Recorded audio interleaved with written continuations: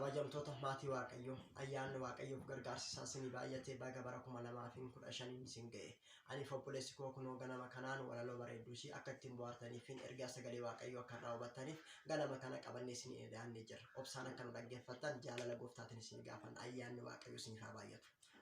Irra nimaa kasammuu koo mo'ee anis dhugee beekaa burqaa Waaqaa dho'e kan na dinqisiisee na mo'ee yaada koo jaalala isa guddaa na guute keessa koo hojii fannoo gubbaa mo'icha moofofne siidaa qaraaniyoo isan dukkanoofne mo'icha moofofne kayetan dubbadhaa ammuma naaf galee hunda isaa hin fixuu irraan hima malee dhiiga fayyina koof dambalii lolee waraansa isa furuuf ana furuuf Yesuus irra ga'e ol kaasiin dubbadhaa sagalee koon qicu guddaa olmaa isaa natti hin toobicu yeroo inni jalqabaa osoo hin eegalamin laftiif samii martuu osoo hin uumamin waa'ee kana uumaan waa qopheessee jira. Addaam kan jalqabaa lafarratti hundeessee uumaanis gammadee nama uumuu isaatti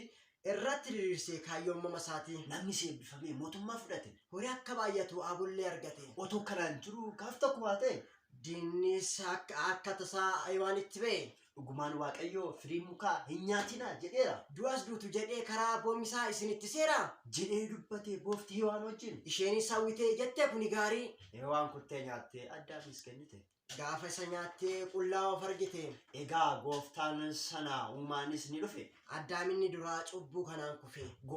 gooftaan murtoo isaa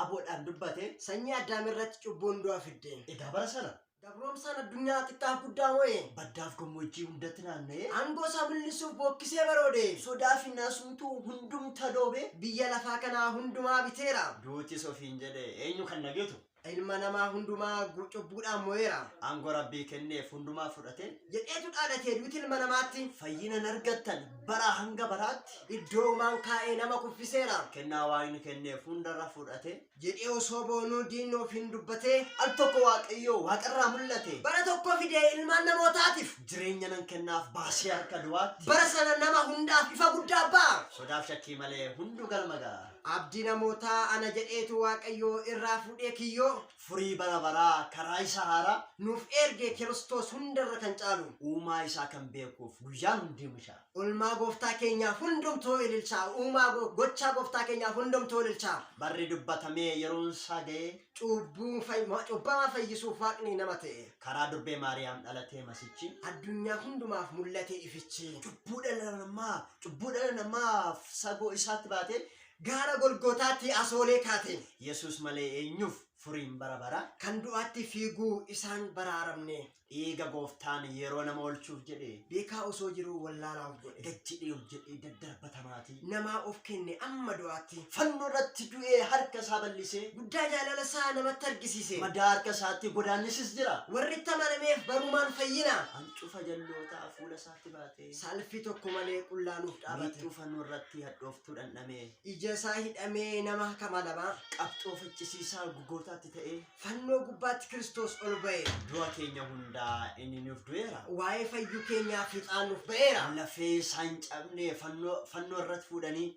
toora warra du'ee isa awwaalanii isa gocha cubbuuf keenyaaf du'atti kenname qajeelina nuuf kennuuf du'aaf kenname inni bargootummaa harfii du'aa cabsee hurreesse humna isaa Yesuus du'a mo'eera waa'ee isaa odeessa hin dandeenye dacheen Yesuus mo'achuu aangoo irraa fuutee dhuunfadheera shingoon ija jooda jettu caccabsee hurreesse aangoo du'aa daakee dhugoomsa kaayyoo isaa inni yoom akeeke nus du'atti hin dhiibsne du'aa nu kaaseera mirga teessoo abbaasaa nus teessiseera mo'ameera duutii cabeera aangoosaa Yesuus du'a keera waa'ee isaa odeessa Yesuusiif mo'eera sin argatu balaan ayyaana waan ta'eef nu fudhadhaa galaa kaayyoon jiraachuu keenyaa isuma kanadha. qopheessaa waloloo hambaa isaa ijaaraa itti aansee kana isin walaleesse anis Ermiyaas ijaaraa waan nu dhaggeeffattaniif guddaa galatoomaa.